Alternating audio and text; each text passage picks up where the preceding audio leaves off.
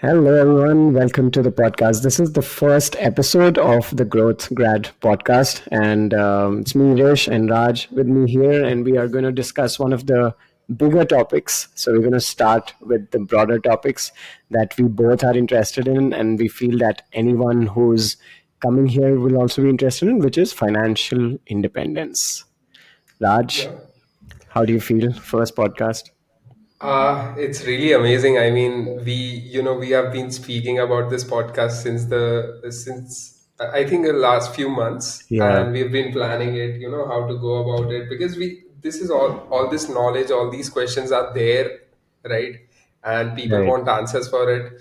We are heading in that direction, and I think it will be a very good thing to, discuss, and let's see how it helps people. Awesome.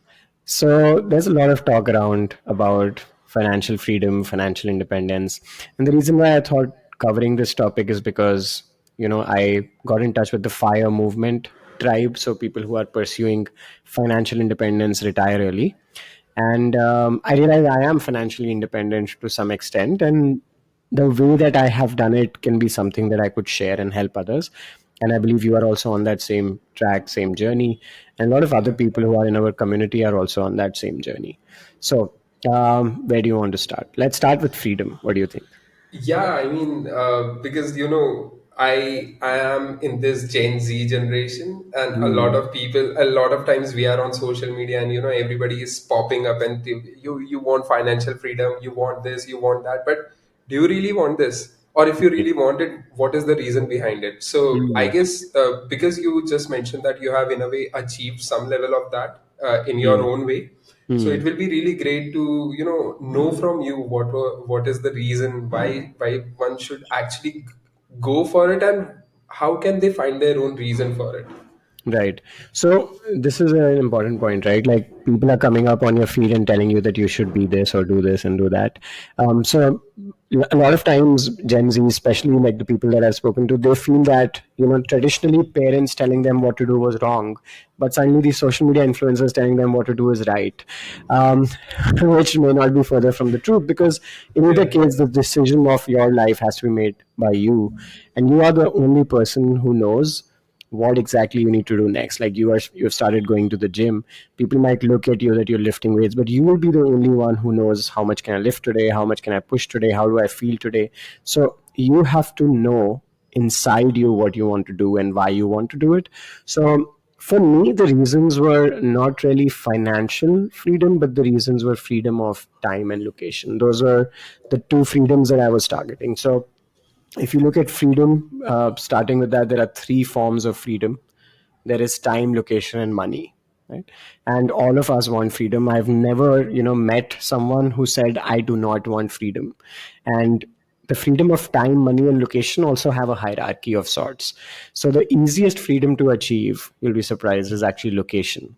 You can be locationally free the first thing, by having certain business models or even jobs that you can work in remotely, and that should be sufficient to make you free location wise, so you could be wherever you want.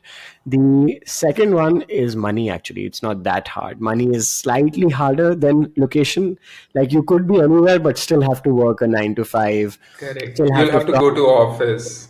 or even clock in and clock out, right? That's also some sort of limitation. You won't have freedom of money. That means you will still have to work for money, but you could be anywhere you want. So freedom of location is the easiest to achieve. And then the second one is money. You could have passive income sources or investments that you've built. Now you could be anywhere you want and you don't have to work for money. But you might have to still be forced to invest your time into looking at your portfolio, rebalancing your portfolio, managing your investments. You still may not be able to choose what to do with your time, right? So the time is actually the hardest. So that's the third one. But people think money could be the hardest, like that's the perception. But actually, time is the hardest. That you could choose the way that you want to use your time. That is freedom of time.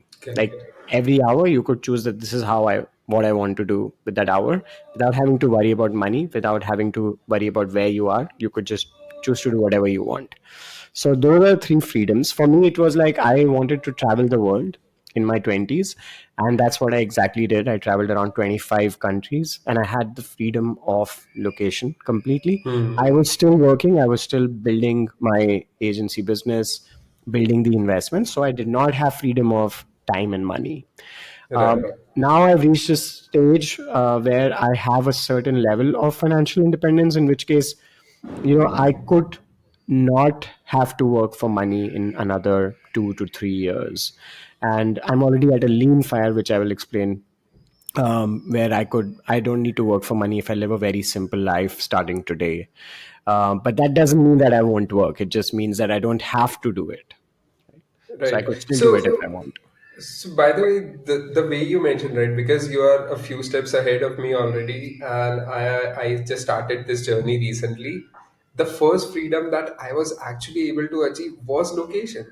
So Hmm. today, my hometown is Vadodara. Today, I am sitting Hmm. in Bangalore, and this is by choice. It's not because I have to go to an office or something like that. It's by Right. choice I'm going there because I think I told you that I was planning to move to Goa or explore some other places as well. Hmm. So, and comparatively, it was very easy to achieve. I just had to set a few things to make sure that, okay, the ball is going to roll irrespective of where I am. Right. Agency business, freelancing, all these things are helping me achieve that. Hmm. And yeah, and of course the next goal of course is moving towards the money part. Hmm. And the way you explained freedom as well, when I was thinking about why do I actually want it, right? And Hmm. these are little things. For example, if I want to take a vacation, right, because we are all working, we are all hustling, we are all doing certain things, and it's just not like related to the exact work but in Hmm. many aspects of life, right? Sometimes you feel like burning down. The freedom is, can you take a break from Right. that, right? Like next week you feel like taking a break, can you take it? That Right. is freedom, right? It's Right. not like nobody is going to call you or message you or something like that. That's Yeah. just way too complex. But these are very small things. I recently realized this when for New Year's I had to take a vacation. I was able to Hmm. do it. And Hmm. in terms of little things, right? Okay, which resort to book? Now I Hmm. can, if, because I have that freedom of a little bit of money as well, I was able to go for a better solution. And in Goa Right. as well, uh, when I was vacationing, I decided to not use my laptop for 2 3 days, and Hmm. I was able to do that, right? So these are the little things that in a way build up my reason of why, right? It's not Yeah. something grand, which even I had a perception when actually getting into that it's going to be something big and grand, but it's not. It's just these small little things. Yeah. So, No, but no. One point on that is definitely that there are these stories of people who are, even people in the West, in the US, are saying we are working our ass off and saving money so that one day we can go to Thailand. I mean, it's just um, the point is that people overcomplicate and think that it needs a lot to be locationally free. Like they think they need crores of rupees in the bank to have freedom, and or lakhs of rupees before they can be location independent. But actually, location independent, like you said, you've already achieved it. You are in Bangalore because you choose to be in Bangalore. You could be in Goa tomorrow because you chose to be in Goa tomorrow. So breaking it down into one simple word is just a choice, right? So you have a choice. You could choose a better resort. You could choose a better place to be in. You could choose a place with better air quality. So that those are like just options that you get. And that's the simple way of defining freedom. But you could still choose to work. And that's what I tell people, that when it comes to this fire movement, I am more aggressive on the FI part of it than the RE part of it, which is so why retire. don't you explain this fire for a way, Yeah, like, because it seems like something big, the right. movement, right? So why Yeah, don't you explain it a little bit? yeah, absolutely. It is a movement which started in the US and now has picked up steam in India as well, because a lot of people are looking to diversify, becoming freelancers, want more freedom. But the movement itself stands for financial independence, retire early. And what it means is, if you're able to save enough money or invest enough money or generate enough passive income that you can live off of the returns of that investment, or you're Okay. generating enough passive income that you can live off of that passive income that you're generating, then you can retire earlier than what most people retire. And the point of that was, traditionally what happens is you work and then there is a certain age when you retire, but no one knows why there is that age and what happens before and what happens after, and suddenly what magic happens at that age that now you can stop working. Typically, it's 65, based on what I have That's understood, scary. and it's daunting to look at the number 65 and think that you'll be that one day. No, so yeah, because of the fire movement, there are stories of people retiring in their 30s, 40s. It started off with people retiring in their 50s, which was also a big deal, right, when it started. And it's in India, it's not that old of a movement, but it is definitely, you can see stories of people who are retiring at 45 or even 40. In some cases before that, but that's typically from a startup exit. So we also have to see the ways that they are reaching there. However, I feel that the best way to reach there is actually to just generate more income, which we will come to subsequently. A lot of people also say that you can simply just get fired by saving enough money, which is not the category that I fall into. I'm more of the category of, let me just make more, Right. because and the simple reason is there is no limit to what you can make, but there is a limit to what you can save. You can only save X% of what you make, so you're capped by that limit. But True. yeah, I that's, mean, yeah. so with this, I mean, you brought out a very interesting point for discussion, which is like saving versus earning more, Hmm. right? So, Yeah. I mean, whenever I think about financially free, financial independence, or something like that, okay, I want to retire by that. But the question is, do you want to sacrifice everything today to be able to retire at 30 or 40, or would you like to balance it out? Right. Right. So that's where I think that, okay, if I'm in all saving mode, right, I'll Yeah. save 90% of what I'm earning, but I won't put my efforts into earning more. Then Hmm. I'm going to sacrifice every month for, little things, just the way we discussed, Right. right? To be having that picture that, okay, at 40 I'm going to have everything, right? Right. But by then I may not be this young. I may not Yep. have this level of health and energy to Yep. actually enjoy that. Right. And while at the same time, the other thing that you mentioned, that today we have this energy, if we are able to push and, able to increase our income level, then definitely your saving percentage, even if it is getting bigger than that, you still have surplus to enjoy the day, right? Right. So what are your thoughts about this? I mean, see, the worst thing that you could do is the traditional poor dad advice, right? Which is save as much as you can and keep saving until you die, right? Like that's the because not that you're saving for retirement, but you're saving for your 60, 65, whatever, after which you don't really have the means in terms of energy and youth to enjoy life. So that's the worst thing that you can do. So there is a scale, there's a scale to everything. On one side of the scale is that you save as much as possible you possibly can, so you live below your means as much as you can until you traditionally retire or you die, right? Like that's the worst thing that you can do.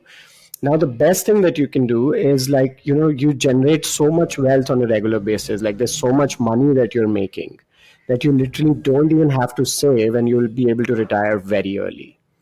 Now, of course, that's a very, very idealistic situation where you're able to build this empire of a business or something like that, right? So Right. everyone falls in somewhere in between these two ranges. I'm sure no one wants to save every day until they die. At the same time, it's very hard for someone to get so much money suddenly. I mean, it's more of a chance or a luck if you get a exit, or if you suddenly are able to crack some deals which go crazy. So that's a luck thing. So I wouldn't really recommend it as a blueprint, because I cannot blueprint luck. So Okay. that's the second. That's the extreme ends of the spectrum. Now all of us are somewhere in between in terms of how we think. Now let's come to the center. This is how I analyze any situation. I look at the spectrum and now I come to the center, right? What's the center of the spectrum? The center of the spectrum is, let's say you work a job or have a side hustle. You start freelancing, you start building a side hustle, you start increasing income, which at some point will increase your, will, bypass your salary, in which case you put all your eggs in that basket. You start increasing that income enough to a certain level, and also save money as much as you can at the same time. So you go with a balanced approach and then invest that money into certain investments. Once those investments hit a certain number that you have in mind, let's say 1 crore, 2 crores, whatever, once you've hit that number, you say, okay, now I'm financially free. That's the central approach, that I'm going to increase my income as much as possible, save as much as possible. And once I'm financially free, then I don't have to think so much about the saving, and it's not a hustle anymore. Now, I lie somewhere on the spectrum where I am more towards the make more money rather than saving aspect. And then there are some people who lie on, oh, you cannot really suddenly start making more money, so just save more, right? That's the people who are closer to the poor dad side of the spectrum. So I'm a little bit towards the right side of the spectrum, going towards the business extreme, but not the extremist. I'm still thinking that there is going to be there is going to be limitations of what you will make, but at the same time you can make way more than you can save. So if I had to pick one path to financial freedom, if I mean there is going away from the center balanced approach, it would be making more money rather than saving Right. more money, because I also feel that you should have enough happiness, satisfaction, and to a certain extent, money can buy those kinds of things like satisfaction. Whether it's good food, going out, traveling the world, staying in a better resort, good experiences. So use the money to get all of that you need, but instead of that, make more money so you can accommodate for that and still save and invest. True. I mean, this is a very interesting thing that you brought out again, which is while you were mentioning, you were saying that 1 crore, 2 crore, right? Mhm. So 1 crore, 2 crore, I feel it's a number which is easy to Mm. say, but in your experience, how do we actually get to it, right? Right. Let's say for me, I how do I actually calculate what is the level where I have to reach? Because if that is clear, then I can me or anybody listening to this podcast, what they can do is they can essentially plan, okay, if I want to increase my income, I have to increase it to such a level that I am able to put in my daily efforts to do that. I still have some time to enjoy that while I'm able to save to reach that number. And Right. then, mathematically, we can calculate and see, okay, by the age of 30, 35, 40, I can achieve this number. Right. And the goal, and I feel that people generally who will take the make more money part, they won't, just, okay, 45, I've reached that age, I'll shut down everything and Yeah. just open Netflix and chill. Yeah. Right. Yeah. So I don't think so that is going to be the temperament of those folks. Right. So yeah, I mean, what do you think? How do we calculate these numbers? How do we set goals? And then, of course, we'll go into how we can actually achieve it. Right. So first, let's start with the standard formula, right? Like, what's the standard formula to calculate, and then we'll see how to customize it for you. Sure. So the standard formula for calculation for financial independence is find your annual expenses and multiply them by 25. Okay. Okay. Now that obviously, if you don't do any math inside your head, it just seems like 25 years. But actually, what it means is if you take your annual expenses and multiply it by 25, the amount that you land up with, if you put that money in equity investments, then you will be able to live off the returns of those investments forever. Okay. Okay, and why does this work? Why does this math work? And there's a study that this is based on. So the math works because the difference of the return percentage that you get from equity minus the inflation rate is going to be around 4% on a long term basis. So let's Okay. say, for example, 2023, the return from equity was, I'm just an example, right? 12%, and the inflation was 8%. 12 minus 8 is going to be around 4%. So over a long term period, it's going to be around 4%. So let's say you need X amount to retire, whatever that X is. If you take out 4% of that X amount every year, you're able to live forever because the money is in equity increasing by 12% and the inflation is 8%. The Right? balance is always there. Correct. So the money is Right. always there. If you take out 4% every year, you're going to survive forever. Right? Right. So how do you get 4%? By multiplying your annual expense by 25. So that's how the math works. And this is what the FIRE movement is looking at. So Okay. the 4% in this case is based on a study done in the US. So the rate could be slightly different for India because the inflation rate and equity returns are going to be slightly different. I do feel, however, that equity in the next few decades in India are going to return way more because we are in a growing economy. So we'll be in a better position to achieve fire because we'll have more returns Yeah. from equity. So this is the math. Not that I'm recommending that everyone should just do this formula and once they reach that 25, they should just stop, because there are different variations that they've made of financial independence. But yeah, this should give people some estimate. So let's say, for example, let's do a quick math. How much money do you spend in a month? Let's do your expenses. For now, Approximately. we can say, like, with the rent, expenses, etc. We can say around 50K per Yeah, so month. you spend 50K per month. Now you find your annual expenses. So your multiplication will be 50 multiplied by 12 6 lakhs. multiplied by Yeah, 25, got it. right? Okay. So that would be the total amount which should be where, which should be invested in equity. Once you have invested that much amount in equity, that means if you build your equity portfolio, let's say on Coin, Kite, Zerodha, wherever, you see that number, that means you can call yourself financially independent on that day, and the fire community will acknowledge that you are financially independent on Okay, that so particular day. it's like admission will be given if I Yes, am you'll be able to like, save like they 1.5 CR. they will call you that you are fired, right? So, Oh, so that's the word that we use in the fire community. I say we for reasons because I don't really believe a lot in retire early, but I align with the fire movement way more than the traditional retirement. There's obviously, I fall somewhere in between. right. I have my own version, but once you have your annual expenses multiplied by 25 sorted, you will be fired. So So you also mentioned that that'll there are. if you actually do the math, you'll realize that most people actually think they need way more than they actually do, right? So the monthly expenses multiplied by 12 multiplied by 25 is not a lot of money. Yeah, yeah, I just calculated it's coming to like 1.5 CR. Yeah, And in my mind, I had way more. Like, I was thinking exactly. around 8, 10 crore will be Right. needed if I want to retire. People throw random numbers. Like there was a fintech YouTuber, finance YouTuber, I forgot his name. He ran a poll on X, and he asked people what is the amount that you would need to retire. Almost no one said anything below 5 CR, and most of the people said something between 10 and 15 CR, which no one is retiring with in India. But anyways, the point was that they won't even know what to do with the money, and if they ever reach there. Right, That's the second right, point, that they may right. not reach there.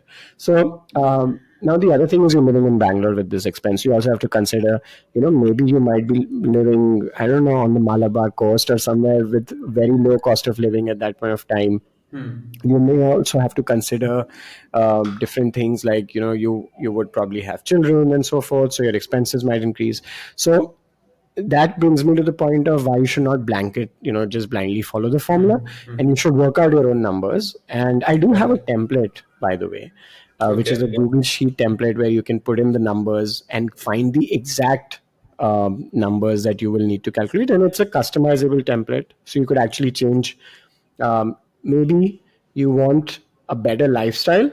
So you might want to push your goal of retirement from 35 to 37 or 38, so that you can accommodate for a better lifestyle. Maybe you want to simplify your life suddenly, and you want to change your goal of retirement from 40 to 35 because you're simplifying your life, because simplifying your life Right. is going to be one of the factors in reducing the Yeah. time required I to. think that's the easiest hack That's the I feel easiest over hack. here. That's Yeah. the easiest hack, which We in marketing always talk about the lowest hanging fruit, right? So correct, that I correct. feel is the lowest hanging fruit in this case. That live a fun life, live a Yeah, easy life, yeah, but don't overcomplicate it with too correct. many things, too That many EMIs. Yeah, and that's why I said simplify. I don't say live below your means. I don't like that term. Right. But I love the word simplifying, because simplifying does not mean you don't have fun. It's just you just focus and enjoy the thing that you have at the moment, and then tomorrow you might enjoy something else. But you don't need 10 sources of dopamine at the same time to be happy.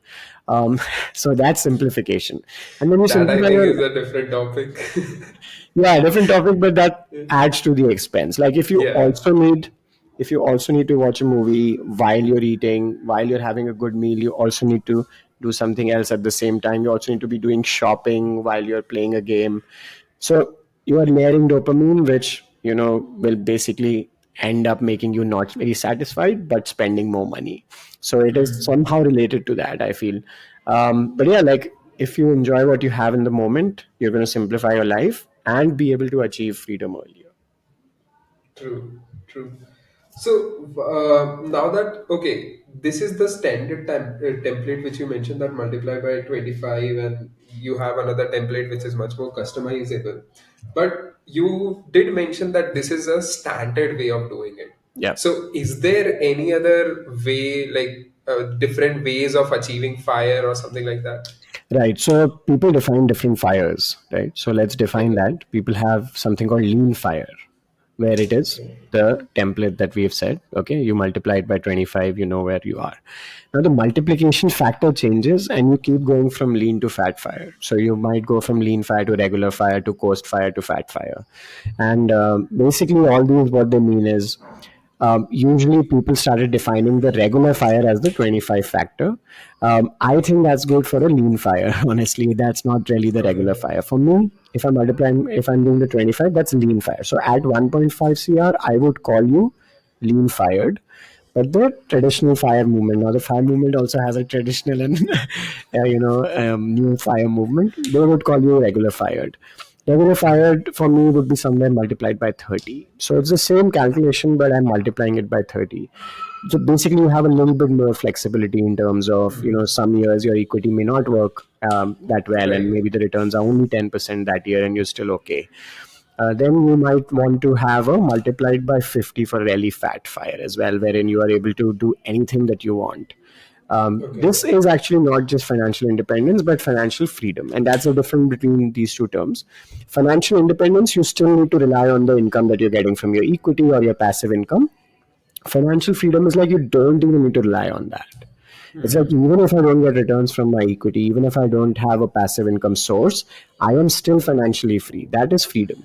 So that's Right. slightly different from independence, which is what is mentioned in the FIRE movement, which is still depending on either your investment returns or your passive income to be financially free. So Okay. that's the slight difference between the two. Okay, so one thing that came in my mind is that in many examples that you are giving, you are always mentioning equity. So is Hmm. that the only way to do it, or there can be alternate investments that we can take a Right. look at? Right. Because I feel that let's say 2008 comes back again, Yeah. Yeah. Yeah. it will be a very scary scenario if you're 100% Yeah. invested in the equity market. Yeah, so I am biased because I'm an equity investor, equity heavy. Okay. I follow the 100 minus age rule, and what the rule says is just subtract 100 your age from 100, and whatever number you are left with is the amount of money, percentage of money that you can have in equity. So let's say, for example, I am 33 years old. I'll do 100 minus 33. I get, I mean, I don't follow it. I honestly am like 80, 90% in equity. But that's the percentage that you can be in equity. The alternatives, of course, there are alternatives. There are people who do it with real estate passive income. So getting rental properties. So the goal is to buy your first rental property, get the cash flow from there, and then use that to get your second rental property, and then get the cash flow from there. Works really well in the international market. Unfortunately, in India, the rental yield is pretty low, unless you are getting a rental property in Goa, where the rental yield is pretty good. So compared to the other places, and in Goa, you can actually turn a residence into a hospitality thing. So you can do Right. Airbnb or anything. That's only in Goa. So if you do that, yes, that's another way. And there is a story that I know of someone who's done that to achieve fire. Then there are other ways where you could actually have some investments that pay out, that have payouts. That's the third way. Then the fourth way is to actually generate some source of online passive income. So whether it's I know a guy who's done blogging and affiliate marketing to generate enough passive income to match his monthly expenses, and that's just about it. So if your monthly expenses are 50K, what you're looking at is, if I have a blog or a website or even a small SaaS product that's just making a lakh a month, then you're typically just already financially free with that passive income. only assumption to that is that this is going to live forever, right? So that's the tricky part. But if you're able to sustain that forever, that particular product or passive income source, then you're basically financially free, because having a 50% profit margin on a digital product is very normal. It's even on the lower spectrum, right? You could have way more than that. So that's another way of thinking about it. For me, the reason why I feel equity is great is because you have this big lump sum amount into it, and over a long period of time, it's always generated returns for investors. And I'm not talking about stock picking. So that's an important difference to consider here. I'm talking about investing in the index. So you're investing in the index, which means you're investing either in the Nifty or the Sensex. Those are the two index that we have, and maybe supplementing it with a little bit of S&P or Nasdaq in the US, and that's your core portfolio. And that leads me to a concept of something that I call core and satellite portfolio, which is what I do. I do not recommend that you need a satellite portfolio, but I have a core portfolio which is for fire. So this portfolio is only for fire. And then my satellite portfolio, I can buy whatever stocks I want. Like that's the money I have separate to invest. So Okay. so that's my satellite, and it keeps changing from time to time. Satellite is just for my learning for investing, my passion for investing, but you don't have to build it for fire. If you're serious about fire, you should build that core portfolio with equity, with the index investing. You're not thinking about stocks, you're not thinking about even mutual funds, to be very honest. You're just saying, I'm going to track Nifty because India is going to grow, Nifty is going to grow. So I put my money in Nifty, and that's it. I think this aligns very well with where we began, right? That increase your income. Because I Correct. feel if you're focused on increasing your income, you don't have that much time with you to really dig deep into stocks and what Exactly. other alternate investments are there. Yeah. But I think that at the same time, you should be aware of all possible options that you have, at least to be sane. Because I mean, if you are not having that risk temperament, Yeah. right, you would like to have a split between, let's say, you are investing in stock market, then remaining Hmm. amount you are investing in, let's say, real estate, gold, or whatever, bonds, whatever they are. I'm not an expert in this. Uh, Hmm. but yeah, considering my journey, I am really investing in the Indian equity market Hmm. out of whatever I'm earning.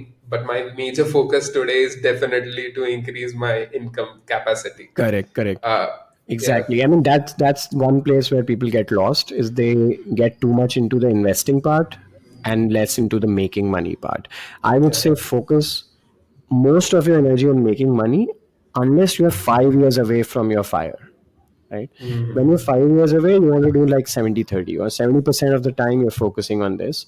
Then you're learning about it 30% of the time. But as you learn about it, you'll realize that the 30% again starts becoming tending towards zero, because you learn and unlearn, and eventually realize the best thing is to do is to just put the money in the Nifty index.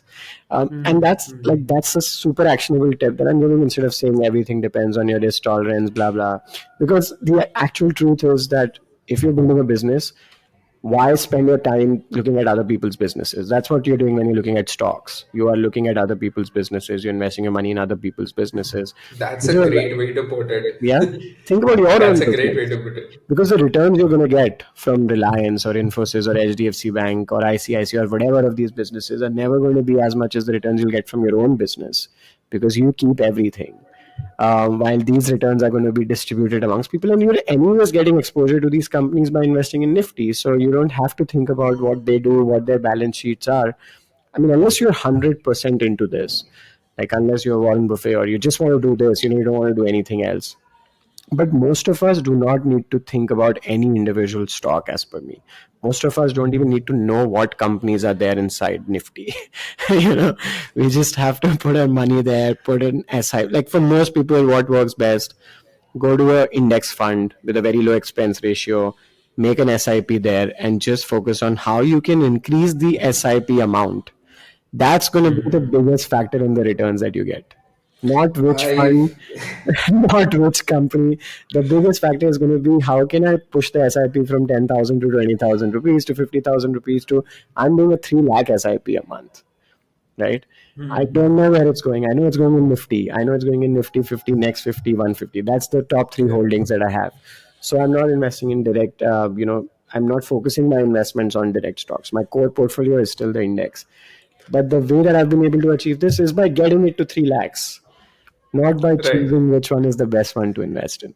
This is such a hopeful statement for me and maybe people listening to this who are like me, because I have tried, watching many YouTube videos. Okay, what is Reliance doing, this and that, Hmm. but it has always taken away time from me, and it does not interest me, to be honest. But Right. what interests me is how I can serve more clients, how I can get more clients, how I can Right. work on them, so which will eventually increase my own income, and it has Right. worked for me so far. Right. uh, and yeah, at the other hand, what you mentioned, that pick some simple things, keep investing over there, Yeah. because at the end of the day, if you're starting it in your early 20s, you are getting a good two Right. decades of leverage for it to Exactly. compound, come together, so that you can eventually be financially independent.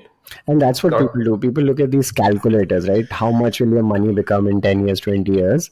And then they end up watching the videos of what is Reliance doing. So, yeah. you are not letting your money compound, because the biggest factor in compounding is, of course, time.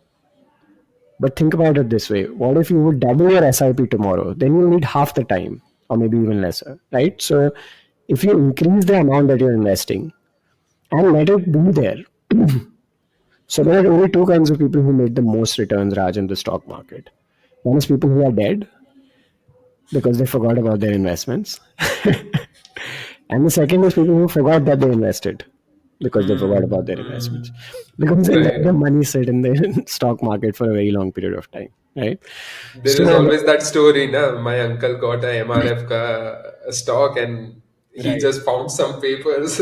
Now he's a crorepati on paper. Right. And at least, okay, there you had some luck factor, MRF did well or not. Yeah, But if you yeah, do yeah. the same thing with the index, there would be no way that you found the paper and saw a negative statement on that. Correct, There could be no way. correct. Like companies can shut down, but the index cannot shut down. The index will adjust itself to make you money. That's like the power of the index.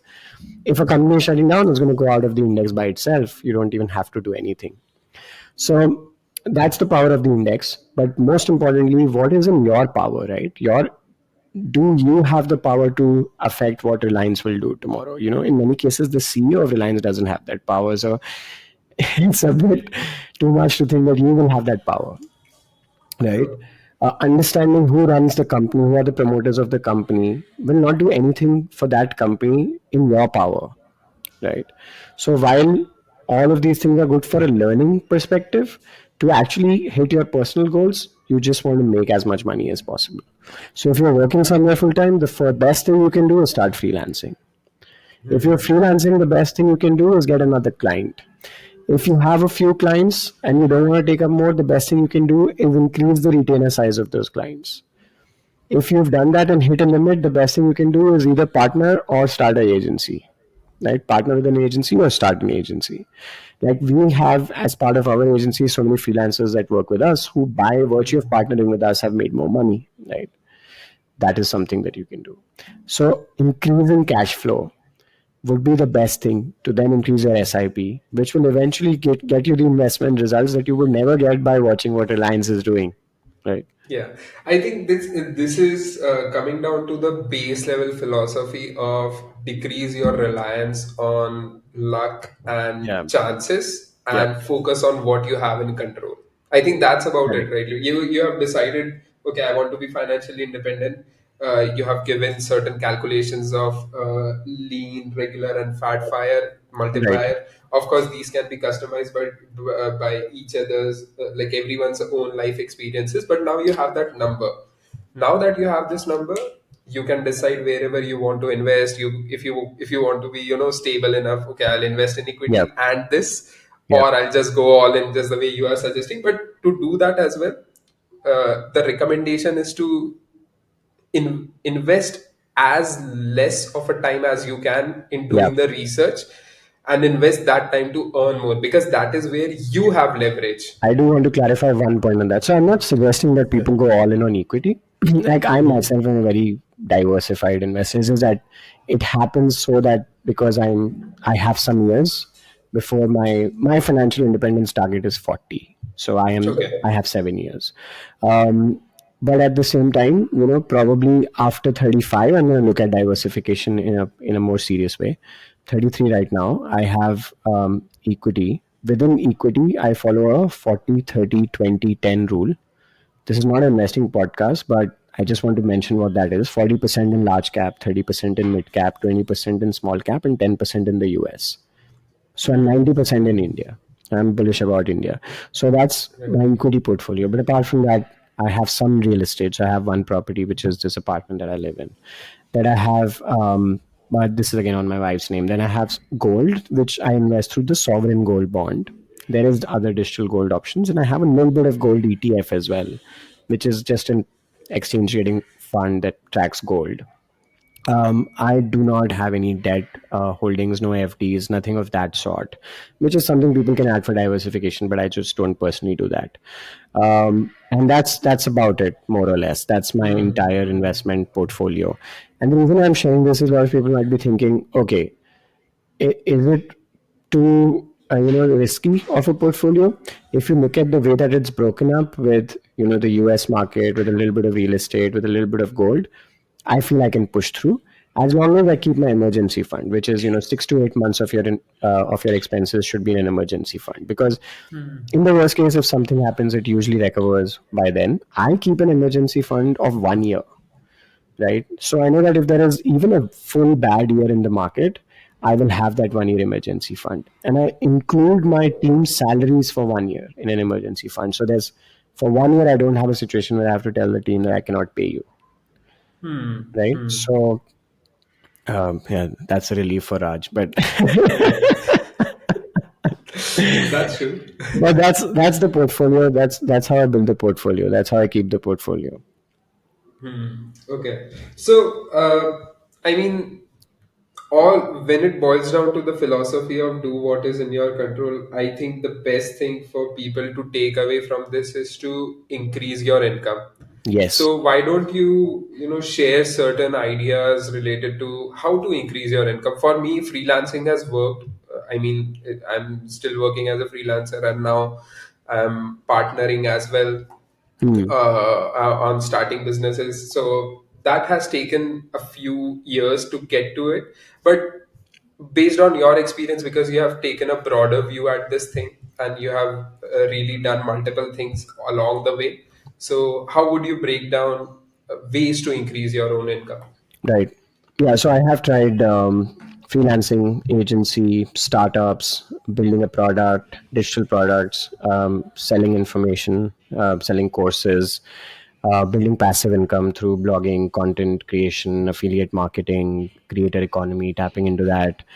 Out of all of these, the best returns for me have come from the agency, which is the same as freelancing essentially. But I started freelancing. That's the thing that I started with and transitioned into an agency model. And that's where most of the returns have come from. And the reason why this works is because, I would recommend if you want to be financially free, go for freelancing. But if you want to become an entrepreneur, then do a startup. Like, don't do a startup thinking that this will make you financially free. I'd be surprised if it even makes money for itself, right? Like, most startups don't. So, it's just data, right? I'm not blaming someone, but it's just data. One of the biggest fintech startups, Cred, may not be even making money. So, if you just go there and think that I'm going to become financially independent by starting a startup, then that may not have the best data to support that decision, is what I'm saying. You'd be much more likely to achieve that by freelancing and generating additional cash flow. Probably also looking at an agency possibility. For me, in terms of the business model, freelancing and agency are typically the same thing. It's just that now you have more people that can support you and you can work together. It's like having a startup with multiple co-founders. Um, but yeah, so that would be the one that I would say. There is also the passive income option, where there are people who have started blogs, running ads on their blogs, or started YouTube channels, running ads on their YouTube channels. But I don't see anything passive about these people. I mean, they are selling themselves day and night to run that blog or YouTube channel, right? If they are doing brand sponsorships, they have sold themselves to the brands. It's just the truth of the matter. I mean, I would love to do that someday, but not today, right? I'm happy with the agency today. The way that I treat my YouTube channel is, if I feel like it, I'll post a video. If I don't, I won't. But these people Yeah. cannot do that. They cannot wake up in the morning and decide if they want to post a video or not. They don't have that freedom. So that's why I don't really recommend that sort of creator passive income way, because for me that's exact opposite of freedom. For me, freedom is what I have achieved now with this freelancing and agency thing, where I'm now like, I may not want to take up this client. I'll just say no.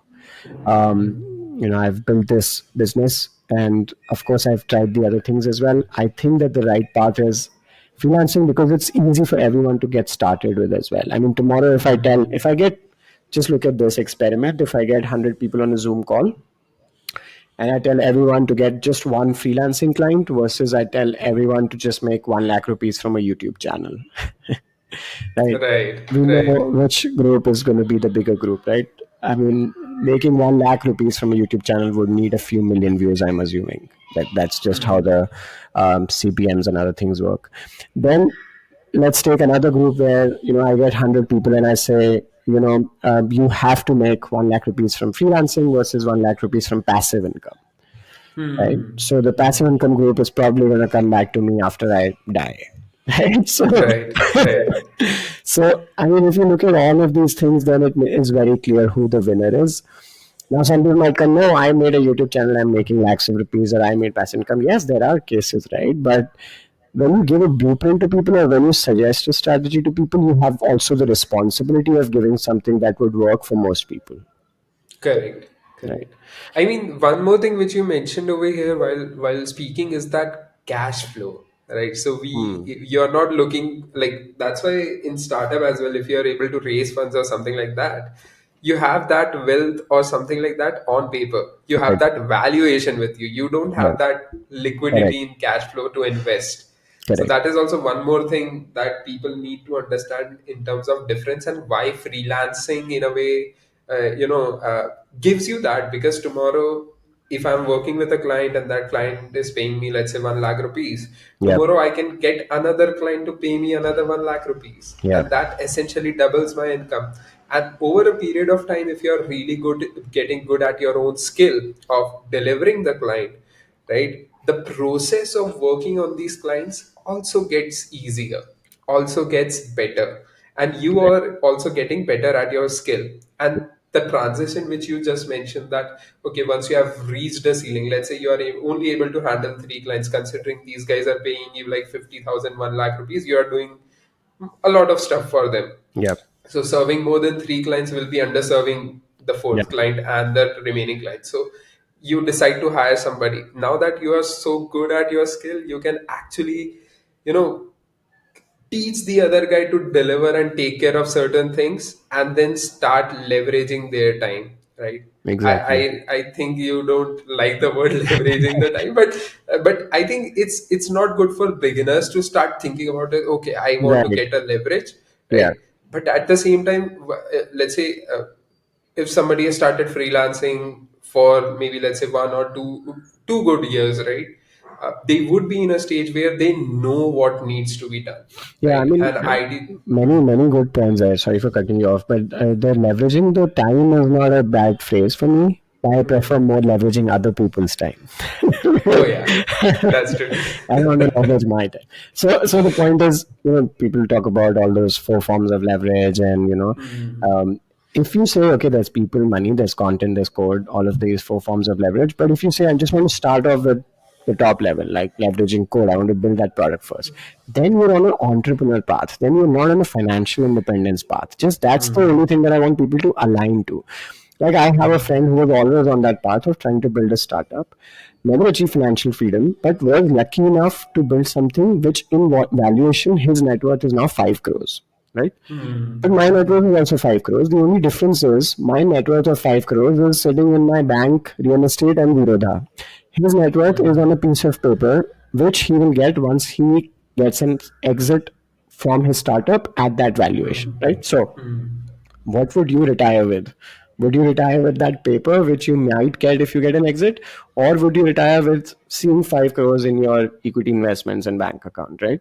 So that's why I'm Yeah. saying that it depends on the goal. So since we are discussing a little bit about freedom and building a fulfilling life, and which is probably an important point as well, how do you do that? But building a lifestyle, then you are not then you're not chasing the hustle of trying to get into that 10% of people who might get an exit. Because if four people to were to try both these approaches, one of them or two of them would easily be able to achieve financial independence with freelancing and agency, while I think zero would be the number if you put all those four people in building a startup. Yes, once you've done this, you have extra cash flow coming in, you use that money to build something more scalable, like a SaaS, which we are also, probably planning to do something. uh, Yeah. that would make sense at that given point of time.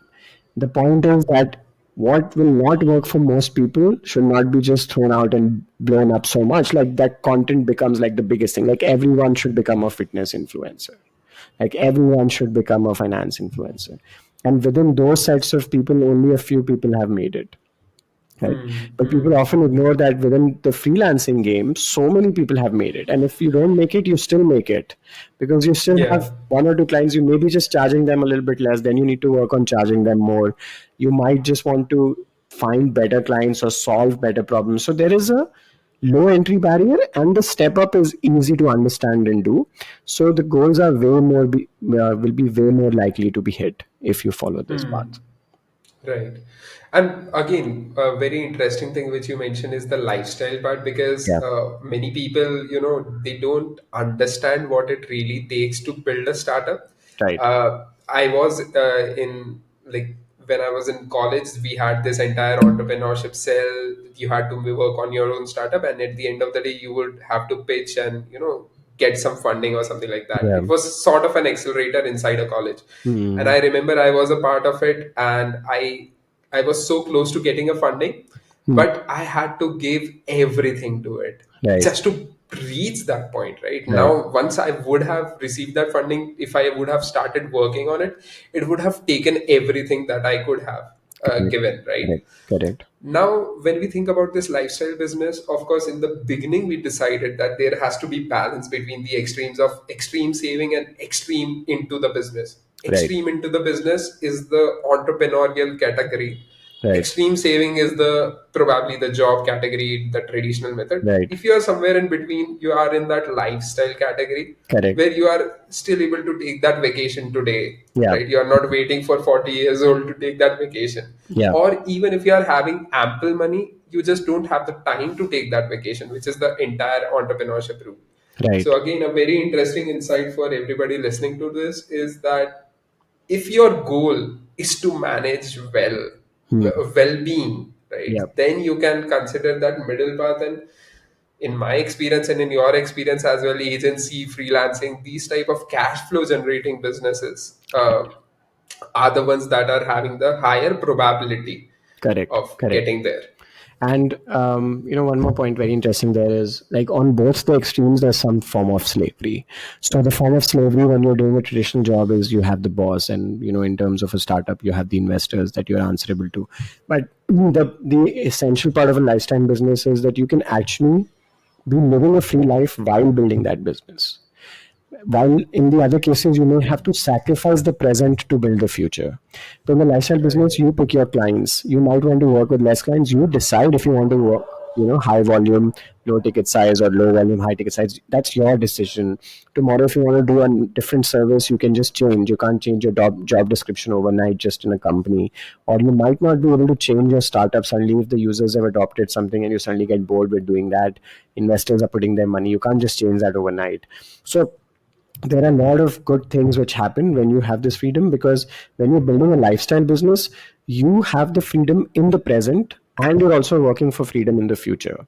But when you have this other two extremes, you are sacrificing the freedom in the present to actually build something for the future. Yeah. I think this circles back really well into the initial point of why do you want to do it in the Right. first place, Right. right? Which is Exactly. the freedom. If freedom is your goal, then if you're listening to this podcast, if your goal is to achieve freedom, financial independence, then freelancing, agency, everything is probably the highest Yeah. way, like the best way to do it. Now, now we have we have discussed so many things. Oh my god! I mean, because I'm writing Because down these points, and imagine when you said, like, I just realized the word itself, freedom and freelancing, yeah, right? I mean, it's just a match made in heaven, right? right, right. That's true. Freedom X freelancing. Right. Yeah. That's true. So we have our own goal based on the multiplier. Then we have seen what sort of investments we can do. We figured out, okay, let's invest majority of our energy in terms of earning more money, generating cash flow. This cash flow, the highest probability of it will come from an agency, freelancing, that kind of a Yep. business. If and while still maintaining your freedom. Now let's say somebody has actually achieved it, Hmm. right? uh, are they supposed to just shut down their laptop, pack it up, and just gaming, or Yeah. like just shut down the, what is that like? It's all dark, right? Right. So Right. what is that life like? Because I don't think so anybody who's hustling for so many years, trying to reach their goal of early retirement, they would like to sit idle. I mean, Yep. in my ideal case scenario, I wouldn't, right? Yeah. So Yeah. so what do you think that journey is? Because you're so close to achieving your own goal. Yeah. What are you seeing on the other side? I mean, I wanted to keep it as a surprise. But before I reveal that, just two things I wanted to mention. So, someone who wants to do freelancing, right? We have the GrowthGrad community, and what we are also doing is, let's disclose it in this podcast. We are going to Yeah, launch India's first freelance accelerator, wherein we'll help yeah. freelancers accelerate their journey to eventually, build up a life that they love and achieve independence. So we'll keep those links in the podcast for someone to apply to the freelance accelerator. And as we review their applications, we will select people who can join in. Um, but now let's reveal what happens once you actually achieve it. You, let's say, go through the freelance accelerator, you get your first client, you make enough money, you're part of the growth ad community, you're part of like-minded people. Actually, what's very surprising for me, now it could be different for everyone. Someone might just want to be on the beach or something like that. But for me, what was very surprising is you actually start being better at what you do once you achieve that independence. You don't feel like stop working, but you just become way better at delivering value. And the reason is now you're not doing it for money, right? The point is now you are limitless. Now you are just adding value and you're like, I'll do whatever it takes to get this done because I'm free. You're not stressed about it. You have enough time and experience, assuming that you've been working on this path, you have enough time and experience to actually be valuable to the community, to the society, to your clients, whoever they are, and you're able to do it better because you're not for everything, you're not looking at how can I charge additional for this, how can I get this additional per hour thing, and you are so free in saying no to clients who are below a certain number because you don't need the money. But if you get the money, you better get a lot of money, you know Yeah, than less money. So you're not just doing it for money, which gives you freedom to actually perform better at what you do if you decide to continue whatever you're doing. The second option is maybe you don't want to do whatever you're doing. Now you can do anything that you sometime wanted to do, right? So you might become a fitness influencer finally, which is what I would eventually want to do. So yeah. that's something that you can do. Some people just stop doing everything and start painting or pick up a hobby, which is also cool. Some people do gardening, which is also cool. But imagine that you could now take up any of the hobbies that you wanted to take up, but you did not because they did not make you money in the past, right? So the Correct. son who wants to play in the music band, right, can now play in the music band.